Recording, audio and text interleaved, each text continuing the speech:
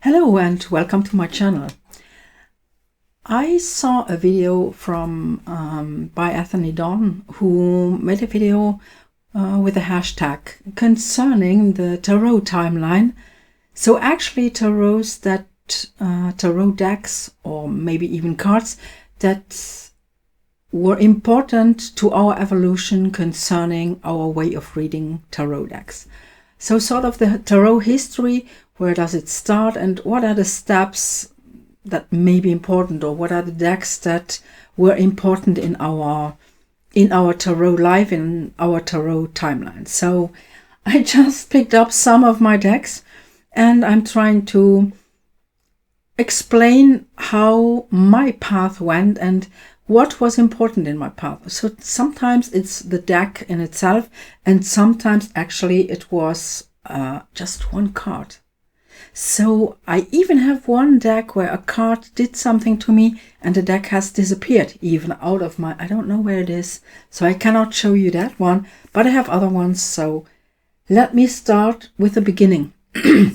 So how did I start with tarot? The first deck I had, and the first deck I didn't even use to read because I read the book, was the Arcus Arcanum Tarot. So that's the deck. And actually I still wonder why I'm not using it, because I think the pictures are quite amazing. So I come from the time when people said that you need someone to gift you the first deck.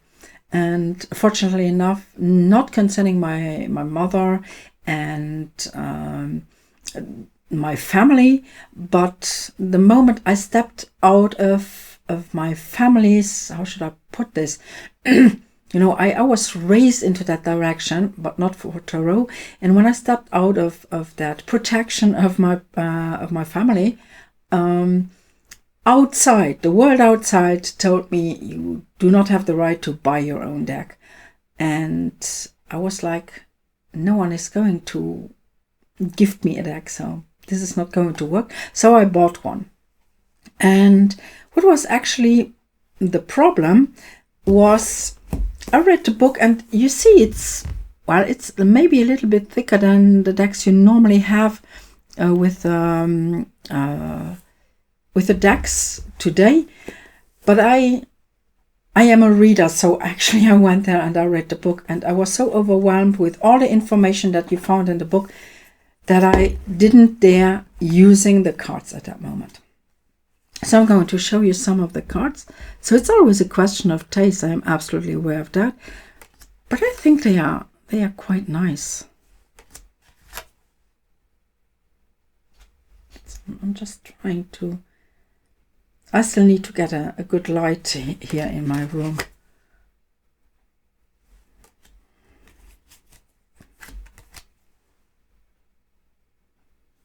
So now looking at them, because as I said, I never really used them, just looking at them, I'm telling myself that actually they're quite amazing, and I should keep it downstairs to start reading it, to use it again.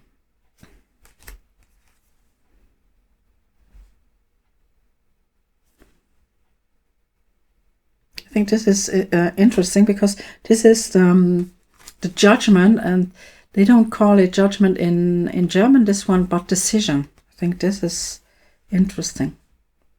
So that was the first deck I had, and the first deck, well, that gave me a first setback, because I was like, I will never be able to read all those cards. So that was my first reaction concerning tarot.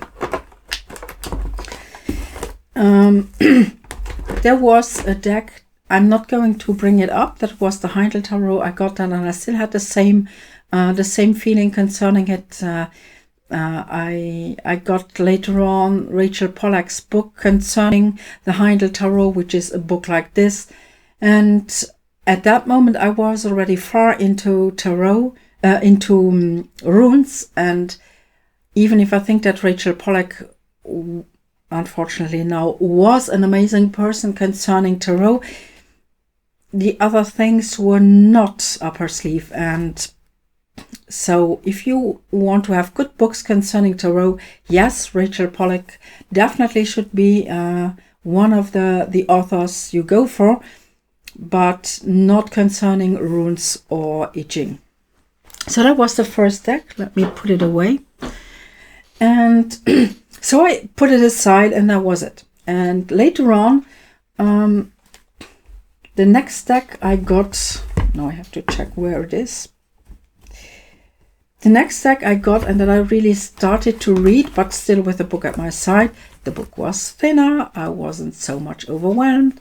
At that moment, I also had friends who I could use to learn to read cards. That was the Old Path Tarot. So you will see that a lot of my decks are in German, because at that moment you didn't have Amazon, you didn't have internet to get the decks, so you went along with what you found, or I went along with what I found in the shops around me, which wasn't very much. So normally you ended up with Rider-Waite decks, with Marseille decks, but I'm not into that kind of drawing. I cannot do anything with it. It's a question of taste and a question of what is touching you when you see the images. So that was not a thing that was working for me.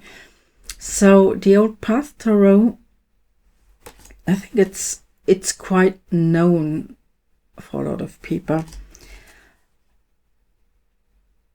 So that was that went quite well for a certain time, but I was still linked to the book. And as I went on reading the cards, or reading, well, I was using more like, in that moment I was still using the Celtic Cross.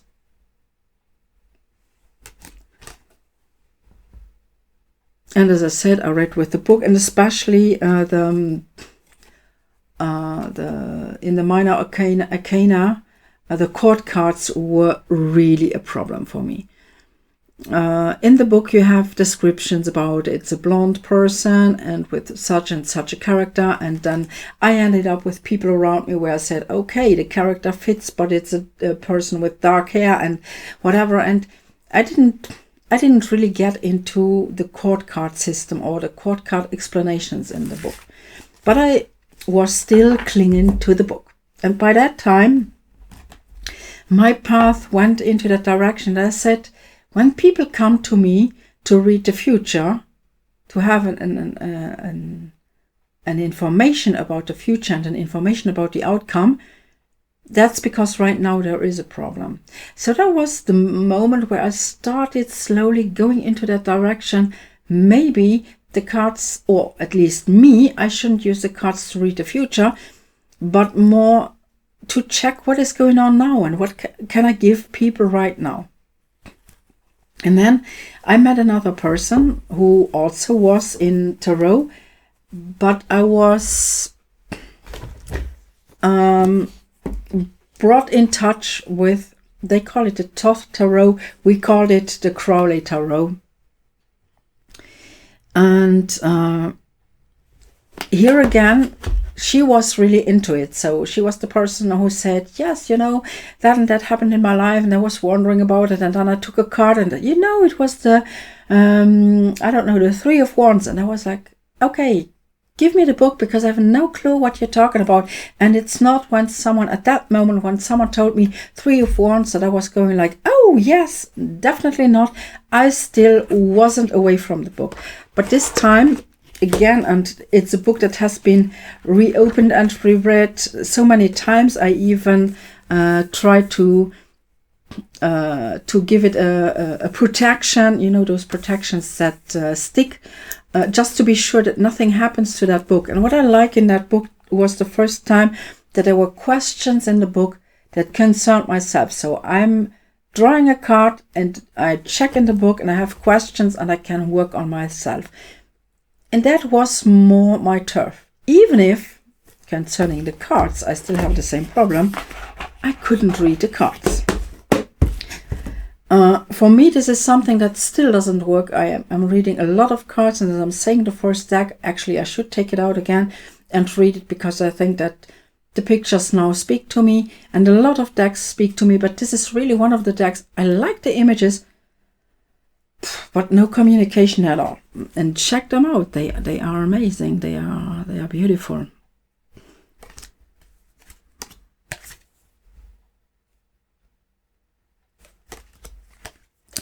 This is actually even the deck of a time when you had 3 magicians in it, and there was always the thing that people said, it's just to keep one. Crowley asked them to be put in the deck so you could choose the one that you want, and you just keep one magician. But even in the book you have differences concerning the explanation of the different magicians. And this friend of mine and me, and I'm pretty sure we're not the only ones, we simply kept them in there, you know. Sort of this rule, sort of, no, you do not have the right to do that. Well, it worked for us, so who cares? But as I said, especially the minor arcana, where you get this pip-like thing, I think the cards are amazing, but honestly, they are not talking to me. Another thing that I'm not always very happy with is that there is a word underneath, and very often I see people getting stuck on that word, and they are not trying to get anything out of the images. So that is something, for me, it does not fit. But yet it brought me a step further, because the book took me away from future reading and got me into that direction of reading for myself, reading to find out about myself, reading to know myself better, and to become maybe a better person. Defining on what people consider to be better people. And then for a long time, that was it. So Tarot of the Old Path, Crowley Tarot, and that was it. And at that time, there was a forum by EclecticNet, which shows a lot of decks, and so I went there and I introduced myself and said, hi, I'm from Luxembourg, and some people answered, and then there was one single person who said, oh, hi, from Luxembourg too. And actually I saw her once, and it's like the cards, you know, I saw her once. And when I saw her and I met her and we were talking about decks and about so I'm just wondering if I did not forget to bring one out. I have to stand up again, I think. And I explained my problem, and she was like, stop reading the books and start reading the cards. And she showed me a lot of decks, and then she came up with, I'm not sure, the book is called Wake in the Wild Spirit, and the cards are called Walk in the Wild Path, or vice versa. I am not sure anymore. It's one of the decks that has been made by the late Poppy Palin, and that was actually the first deck that brought me into the direction where it started to work. So I'm going to tell you the story about this card. I'm just showing you the deck or some of the cards. They're very colorful.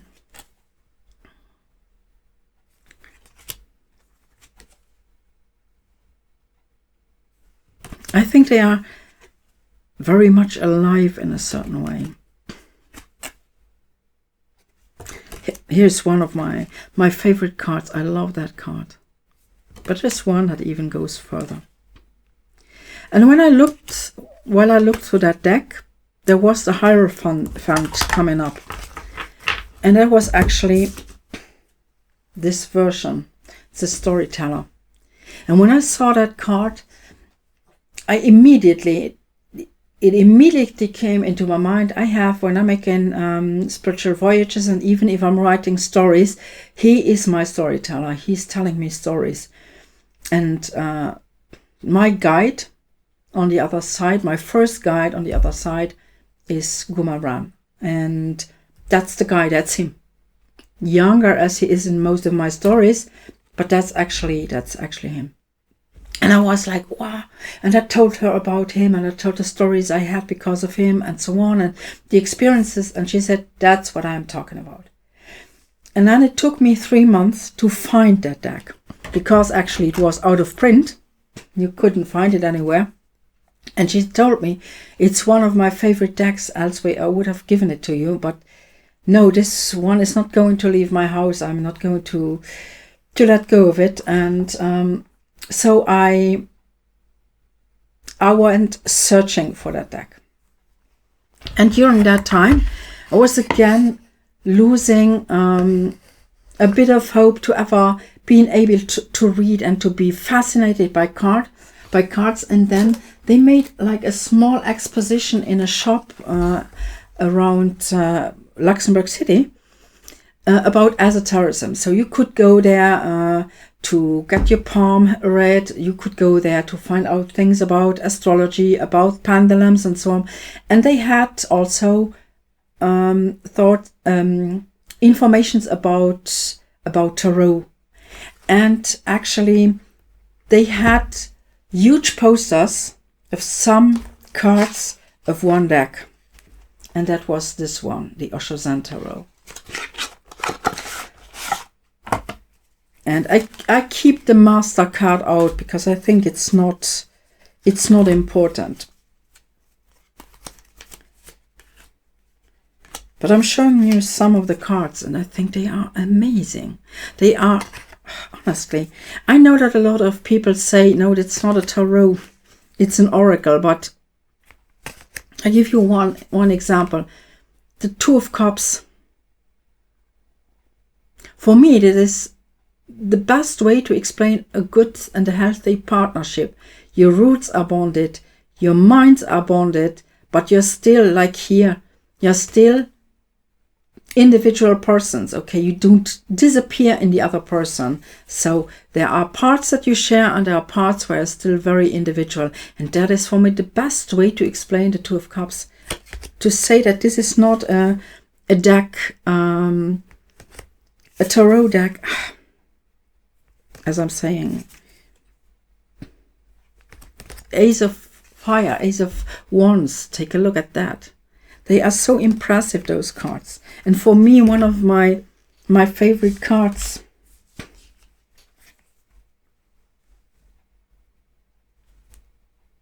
Too much to do.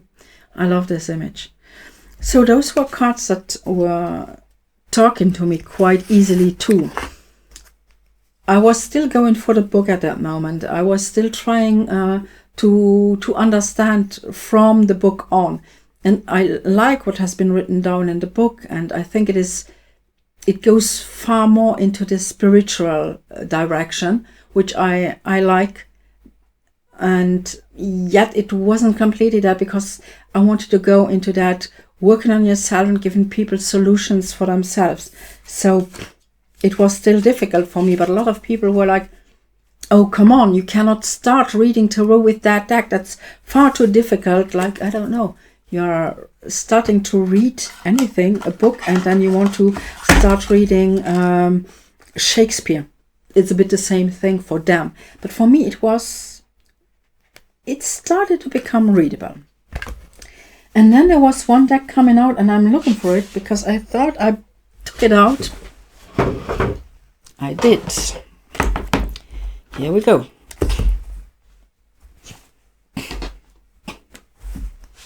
Yes. And on a German tarot forum that was actually based on Hajo Banzhaf,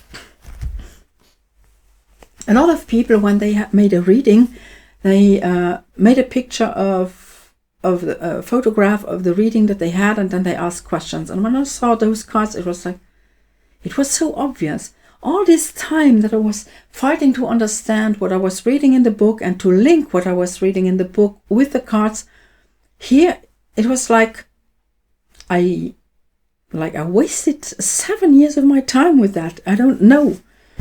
And it was the Dreidcraft Tarot. And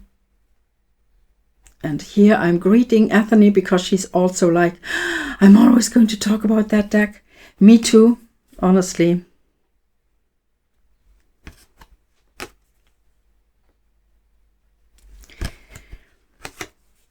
And I have quite some Druidish decks, and I find out that it is something that is very easy for me to read. So the images speak to me, the story behind speaks to me. And so when people show this, the photograph of the images, I went like, oh, I would understand a card like that and like that, but I didn't even have the deck at that moment, so I didn't have a book at that moment. And people said, yes, if people are reading as long as you do, then it's logical that you do not need the book anymore. And I was just like, okay, no, this is not what we're talking about. And when I got this deck, because I immediately bought it at that moment, we had internet, well, forums, we had internet, we had Amazon and so on. So I went and I bought it. And I opened the book 3 times because of the Six of Wands, because with this deck, the Six of Wands became my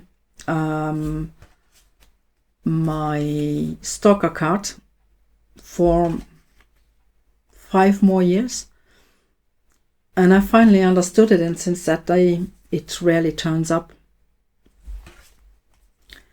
So I think it's always a question of taste. I am a fan of Will Worthington's work anyway. I think I have about everything the guy did in cards, in oracles, in tarot. But this is my favorite, and this is really the thing I went for. And then I started trying to get some more decks, sort of to have the possibility to switch, to change my decks. And the next one that fell into my lap was Ciro Marchetti. Again, his art for me is very special. I don't have all of them. Take a look at this. This is amazing. And this is one of the first decks where there is one card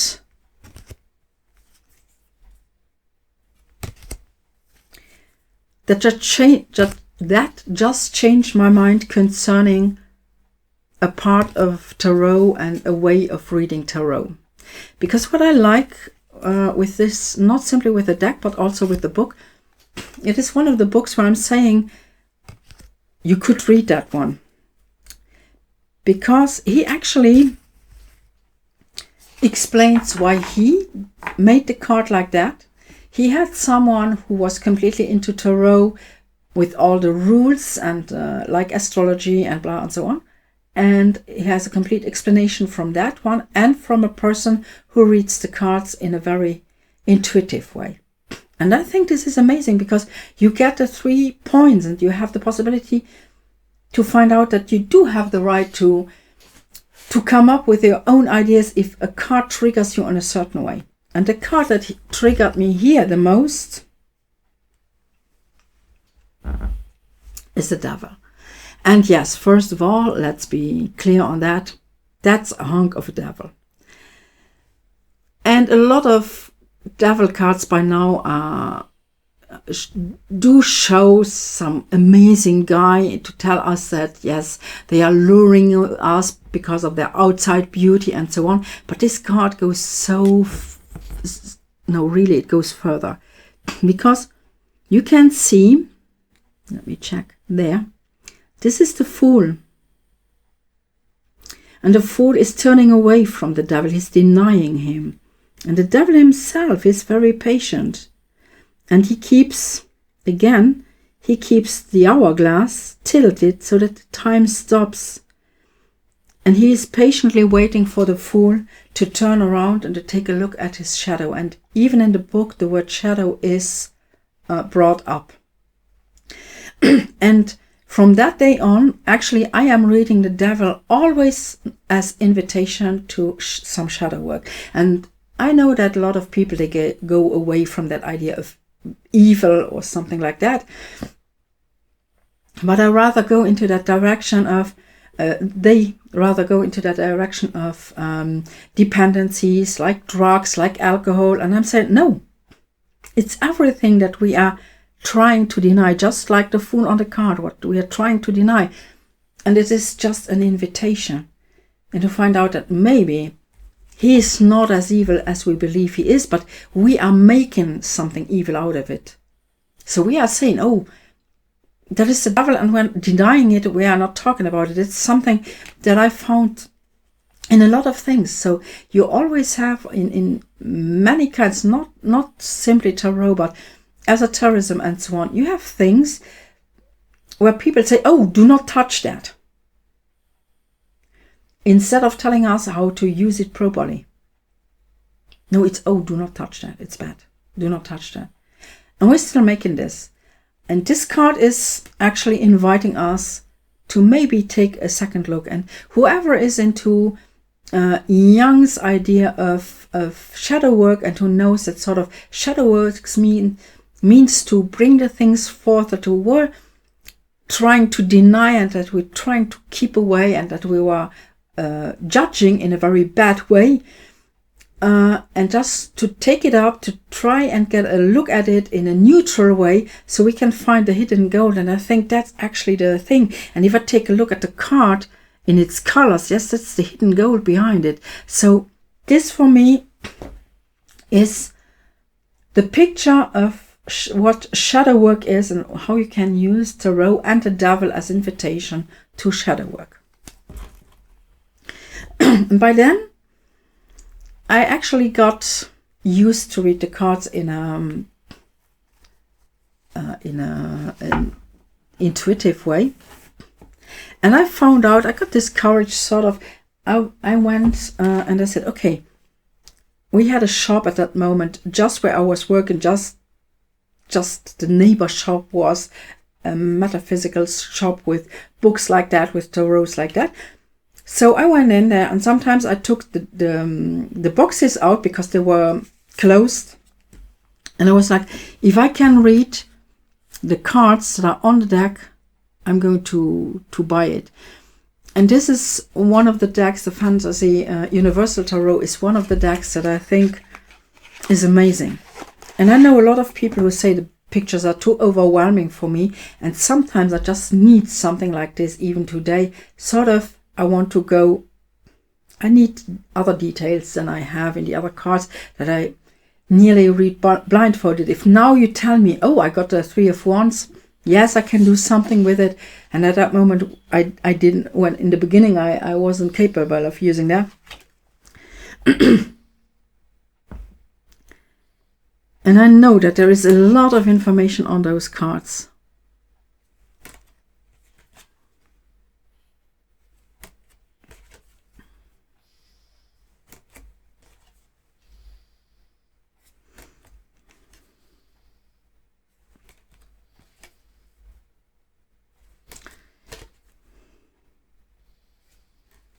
And again, I think, well, personally, this was one. Let me put it like this. Sometimes I have the feeling I have decks that bring me a step further, and then I get decks that broaden that step that I have just made. So I make one step further, and then I broaden and I deepen what I have just learned. And another step, and I deepen, another step, and I deepen. And this is one of the decks that helped me deepening the steps that I had taken before. All those steps where after some time it really went quickly and very easy to learn something new out of it. And sometimes there are cards. In the beginning, I had problems with them. And one of those cards I had problems with was the Hermit. what I was missing in the hermit was, you take a look at the hermit, he's so sober and so wise. And when I see the card, I was always like, hell, how did he arrive there? Is there anything I can do to become like this? Maybe less sober. I'm not talking about drinking, but about going for it in a more easier way, or in a more humorous way. And I was missing something like that. And then I got the lesson, the absolute lesson from the hermit. Actually, I went to our shop and I saw this deck. So this is a deck. You can see how often I use it. The box is, I had to repair the box because it's really falling apart. And the point is that actually the German name of this deck is the Lucky Fate Tarot. And I was like, oh no, doesn't work at all. Oh no, take a look at that. Oh yes, cute. And I was like, no, I'm not going to get that one. And at that moment I was invited to make an evening where I was talking about how you could use tarot in another way. And I wanted to come up with this idea of this hermit, not to have him so dry and so, I don't know, to understand that actually to become as wise as the hermit, that we have to go through a lot of things. And so I googled to find images of the hermit with a hope that I would end up with one hermit as I would like to see it, and I ended up with this card. And again, I love this card. And I love the face on him. Take a look at that face. And then I said, that's exactly the card that I want. That's the way I need my hermit. And I checked what deck it is, and it was the Lucky Fate Tarot. So actually in English, it just simply is called Fate Tarot. So I don't know why they put this Lucky Fate Tarot on it, why they didn't simply call it Fate Tarot in German too. I have no clue whatsoever. But the deck in itself, always, I am aware it's a question of taste, but actually I like it.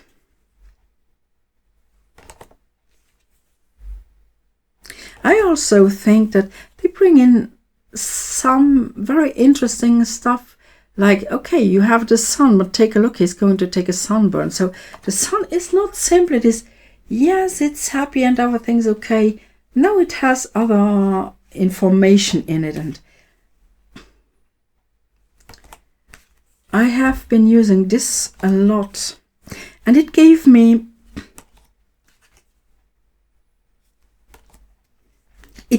quite another look at another card. The Four of Coins. Very often when it comes to coins, we are on the point of money, of material world, and so on. And there's some things sometimes think that there is like, maybe there is a feeling behind. And for me, the coins have a lot to do with security and with fears. And at the time I was by a foremost friend. She had some problems with me. And a story for itself. Maybe one day I'm going to talk about it in a different range, because it's very interesting too, but it doesn't have anything to do here. And she had a friend, and she said, I don't know, there's something that is disturbing me when I'm with her, and I do not know what. And I said, listen, I'm not going to read about her, okay? It's not like you take a card and say, oh, what is she? But what is it you could pay attention to? And this is the Four of Coins of this card. And the first thing that came into my mind was, does she have a problem with men? And this friend of mine said, how to come up with that idea? Yes, it's true. Actually, she is married, but when there's something that needs to be done and he says, I can help you, I have time, I can help you, maybe it's not even that it's too difficult for her, or like sort of you need 4 hands or 2 hands at that place, that's not a problem, tell me when you need. And she was, I can do that alone, and she was becoming aggressive immediately. I said, okay, take a look. So we have this gnome sitting on this wheel, and we have a lock. And I become very Freudian for a moment. Locks have, that is a female thing, and the key is a male thing, it's a phallic symbol. And the phallic symbol is there on the card. And this damn thing is not going to move or to lower itself to get the key to save itself from that situation, because if that wheel is going to start rolling, that being upstairs, up on the wheel is going to have a problem. And that was actually exactly what it was. So she was rather getting into trouble than getting the help or asking or accepting the help of her husband. So this is the first time I saw that kind of idea on the cards. And that is also why I'm saying, telling people, I am not asking anyone to get 100 decks, but get more than 1 deck if you work with tarot, because sometimes you need the look from another deck. The next step that I made went into the direction of linking tarot with a certain mythology. So I have some decks like I have the Last Unicorn, and I like linking decks to mythology, to stories, to whatever, you know. I also have the mythical deck that is linked to the Greek mythology, but it wasn't really one that was giving me a step further. So my next step was actually the Arthurian Tarot, because there I got the first hint of the round table, the thing that every card, and I'm not going so far as to say this doesn't have anything to do with later on. Jutta, a very good friend of mine, she told me, hey, have you ever tried to put the major arcana into a circle like a round table? It wasn't that, but it was this idea, this becoming aware that every card has the same level of importance when it is on in your reading. In a tarot, I do not have this way to say, oh, there are cards that is for a little bit later or something like that. And actually the Arthurian, there are a lot of decks based on the Arthurian deck, but this was the first one actually that gave me this idea. Okay, every card has its importance, and if a card turns up in your reading, then do please take the time to read it and to understand it. And this is, for example, something that I think is very important when people start reading tarot and they say, oh, I do not understand a card, and they take another card to find out what that card means. Another card cannot show what that card means because it's not that card. It can maybe give you an idea of the link between the card and your situation, but it never is going to explain the card. So instead of trying to explain the card through other cards, take the time for the card. Take the time you need to understand the card. And here we have actually also the round table as idea. So again, we have this this Celtic touch, and everything Druidic Celtic is my turf. I don't know. I put something away and I do not find it again. Another deck that helped me deepen my readings Oh no, that's not this one. Here it is.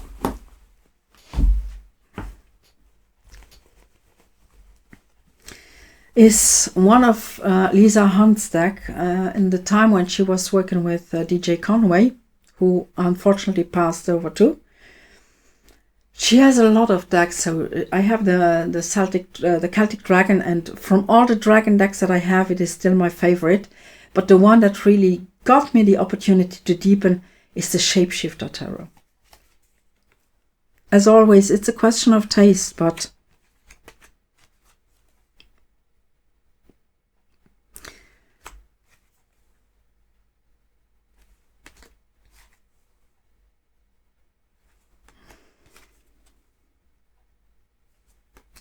this idea to bring in animals in and making this merging from people and from humans into nature and the other way around. I think this is amazing stuff. And I like her style. I like the way she draws. I like her art.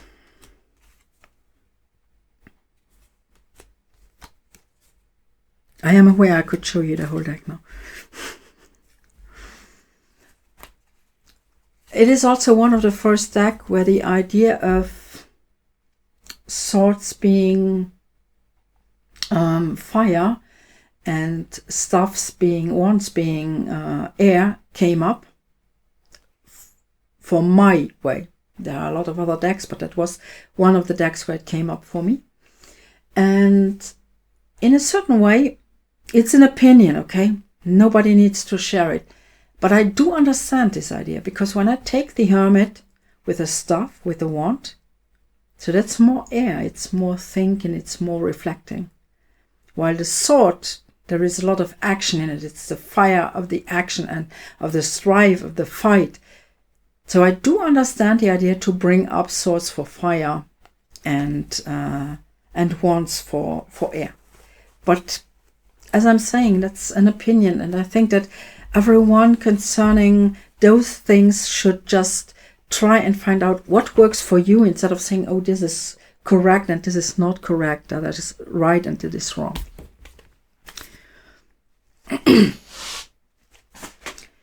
One of the other cards I always had a problem with, and as I'm saying, I'm missing one of my decks where it is again into that direction, is the Ten of Swords. And at that time, I saw actually pictures on the internet, and I was like, wow, that should be tarot. And as I scrolled, I was like, oh, it is a tarot, and I bought it. It's a Tarot Maroon. It's a very dark deck, and I like it. It was my first dark deck actually that I had. And I think, please, guys outside, if you understand the language that is on the cards and I'm wrong with what I'm just saying, excuse me and tell me in the comments what language it is. I think it is from Poland, but I am not sure anymore.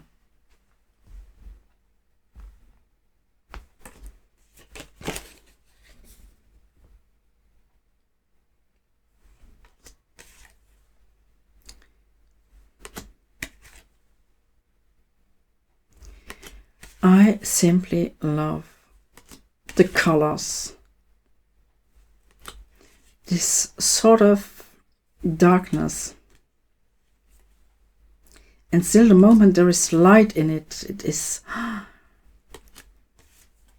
Actually, until now, and I have seen a lot of videos, I have seen a lot of tarot readers, or also like for example, Anthony, so really professional people. I have never seen this deck online. So just where I bought it, but I have never seen someone working with it. I have never seen someone using it, or so. And the point is, I'm going to show you one card. I could go through the whole deck, but I'm not going to do that. I'm just going to take a look at that.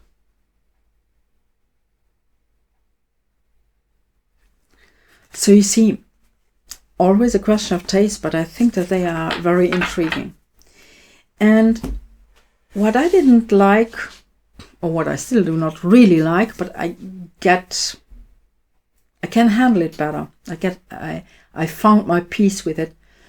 When you take a look at the 10 of Swords, and you see this person lying there with all the swords either around them or in the person or whatever, and you see the light behind, and you have people who tell you, yes, you see, dawn is coming. Who is telling us that is dusk or dawn? We have no proof. On a card, you cannot say that that's east or west. It's not there. And I always had that feeling. It has a lot to do with my inner feeling, if it's just dawn and it's now getting really dark, and to say now it's getting something new is starting. Okay, this is over. It was like that. It's shit happens, but now it goes over, and I was missing that. And then I got this version, and it was the first version that helped me finding peace with it. Yes, you still see the body, but it's not all about the body. It's not like the body is big in the foreground or something like that, but the rest of the swords are there, and they are guiding to a path where you see the end of the tunnel, where you see the light. And I think this is interesting. And also, even if I'm taking a look at it right now, when I take the how do you call them in English? You see what I mean? The windmill. Yes, the windmill. For me, it is a Don Quixote card.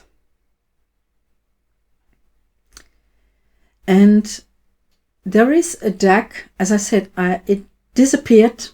I have my lesson from that card, and the deck disappeared. I was looking for it to bring it in here, but it's not there anymore. Where actually you see the guy on the 10 of Swords smiling. And I've finally understood with that card and with this card that it is about letting go of the fight. The fight is over. And it's not about that we lost in a certain way.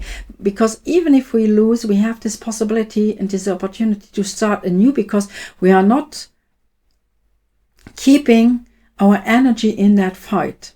There is a way to say in German, which is lieber ein Ende mit Schrecken als ein Schrecken ohne Ende, which means actually it is better that there is an end, even if it is a horror end, than to have horror without end. And that is in one sentence explaining this card to me. And it was from that moment on that I had that card that I knew that there is also not maybe a positive, it's not a happy ending, but a more calm way. Not of I need to fight because elsewhere I'm going to lose, and maybe that was just what was going to happen. And the moment we let go of the fight in itself, just the way like Don Quixote, if he stops fighting what he considers to be giants and just stop the fight. And I think that is very often the point. When in our society we're talking about fight, we're talking about winning or losing. But that actually, if we fight, we are losing in a certain way. Not that we just should give up, but that we should consider if every fight is the right way to solve a problem. That is the moment to let go of the fight. And those are the cards, that kind of card. And that is, again, one of those decks that brought me a step further.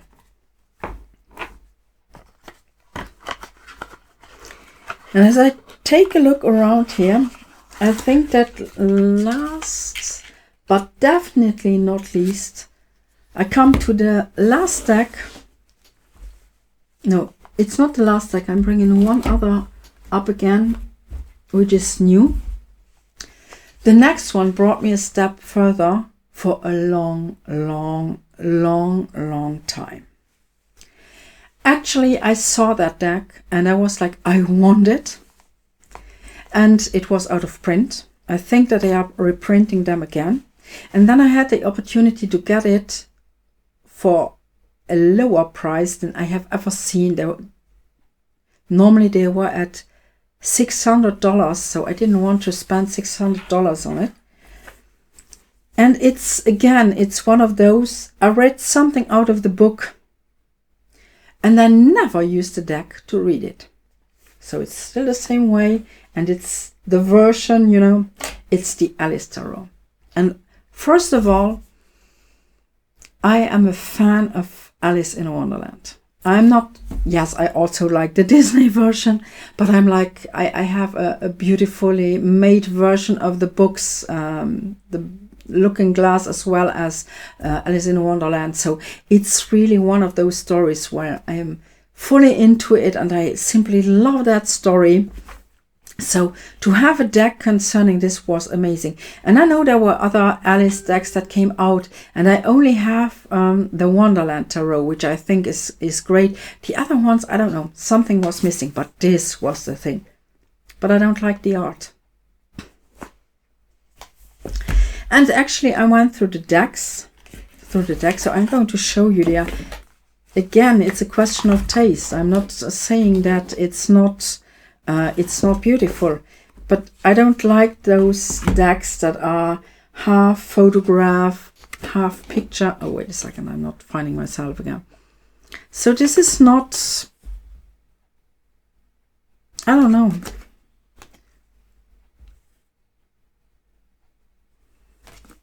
I'm not so much a fan of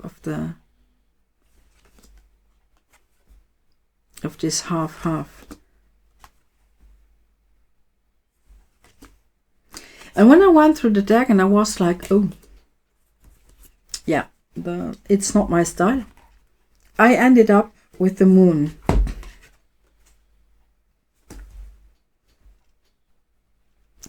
And I was wondering why on this card you had Alice going down the rabbit hole with the Moon just small up there.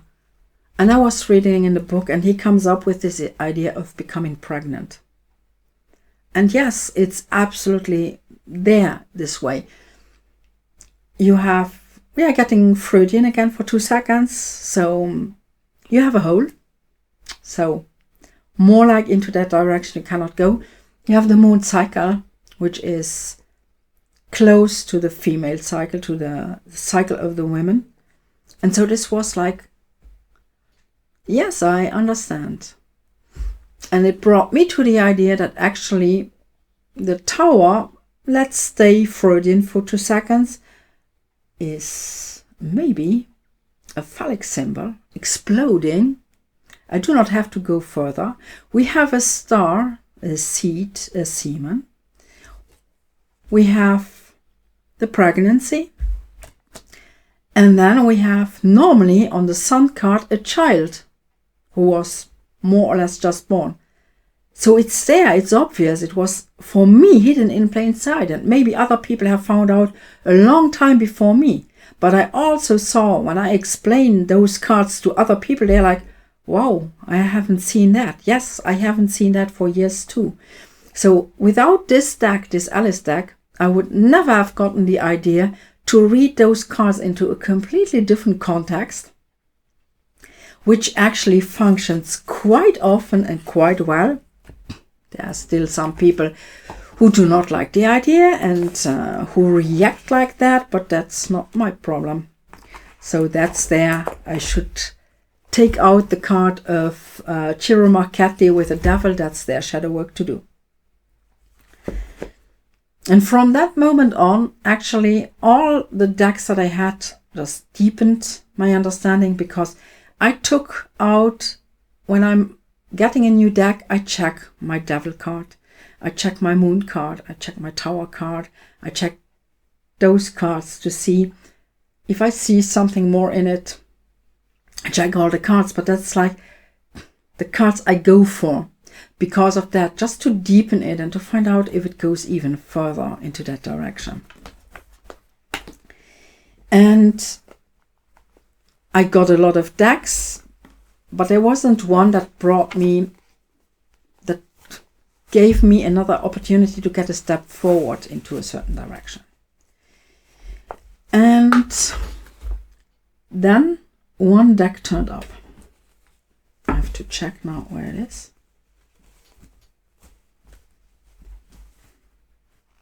Yes, here it is. Before I'm showing the deck, I would like to explain a bit.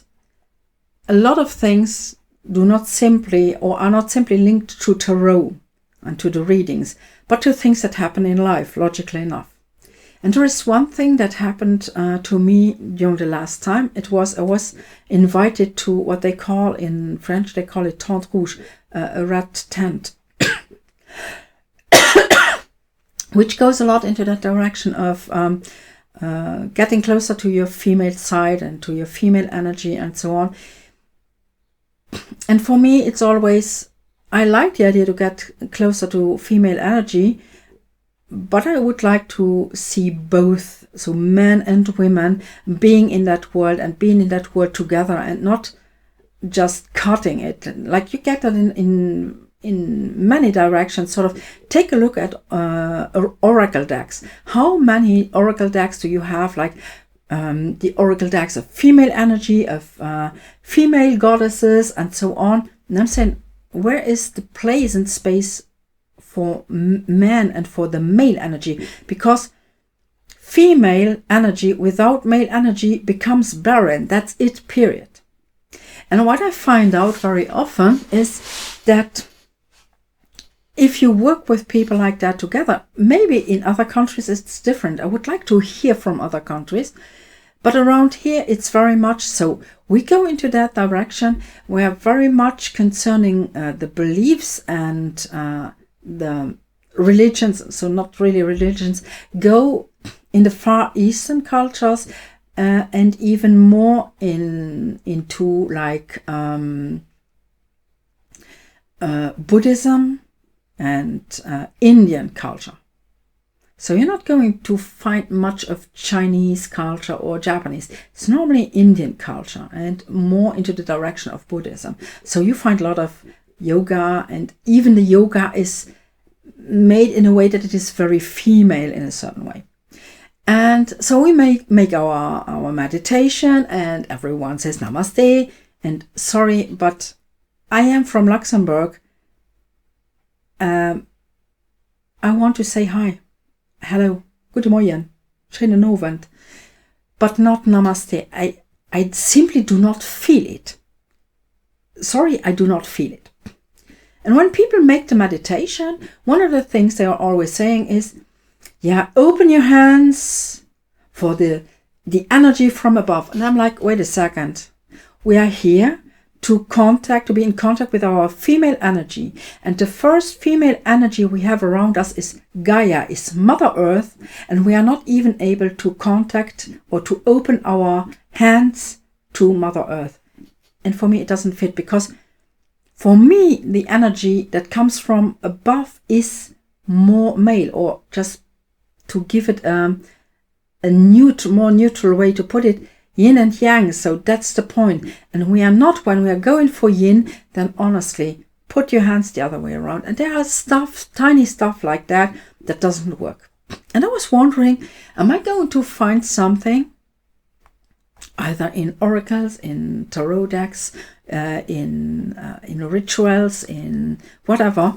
Am I going to find things that show us when we are going into that direction, we're going into that direction the whole way through? So not sort of, oh, I want to make out of the male energy, I make something female just because I am female right now. But really to say, okay, how is it working in a female way? And that is the moment that I ended up with the Witch's Wisdom Tarot of Phyllis Curott. I read her books in the beginning, and I wasn't very fond of it. I read to a certain point, and I was like, where is she going? And I didn't like the rest because something was amiss for me. But this deck, honestly, is one of the best I have ever seen. So, first of all, I like the images.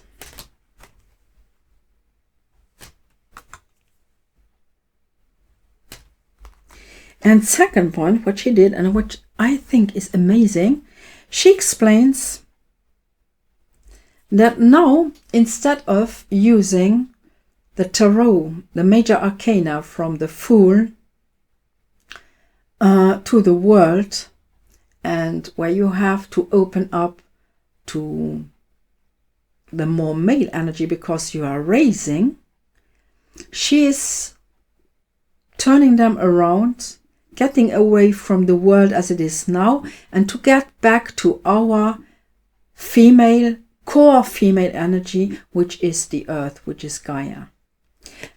And I like the idea.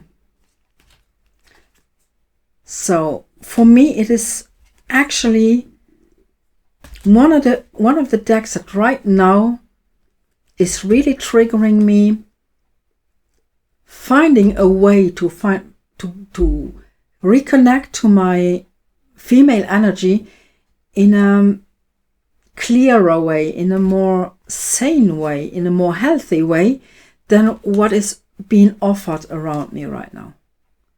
So this is for me the deck that brings me again a step further. I am wondering what will come next, what is going to deepen this. And you see, it's not as if you do not have male energy in those cards, but it is just a bit of the other way around. And honestly, I love this deck. I love the art. And this is the deck for now that ends my tarot timeline for now. I do hope you liked the video. I do hope you liked the tarot decks with the anecdotes behind.